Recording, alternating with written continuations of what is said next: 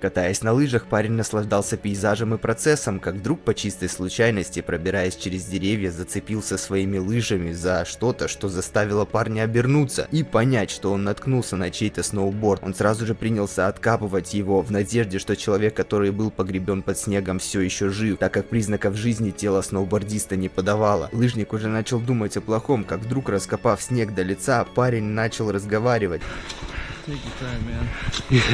Стало ясно, что он провел в снегу уже более 30 минут, постепенно засыпая от недостатка кислорода. Можно сказать, ему безумно повезло, что рядом по чистой случайности оказался лыжник и заметил его, так как счет его жизни шел буквально на минуты.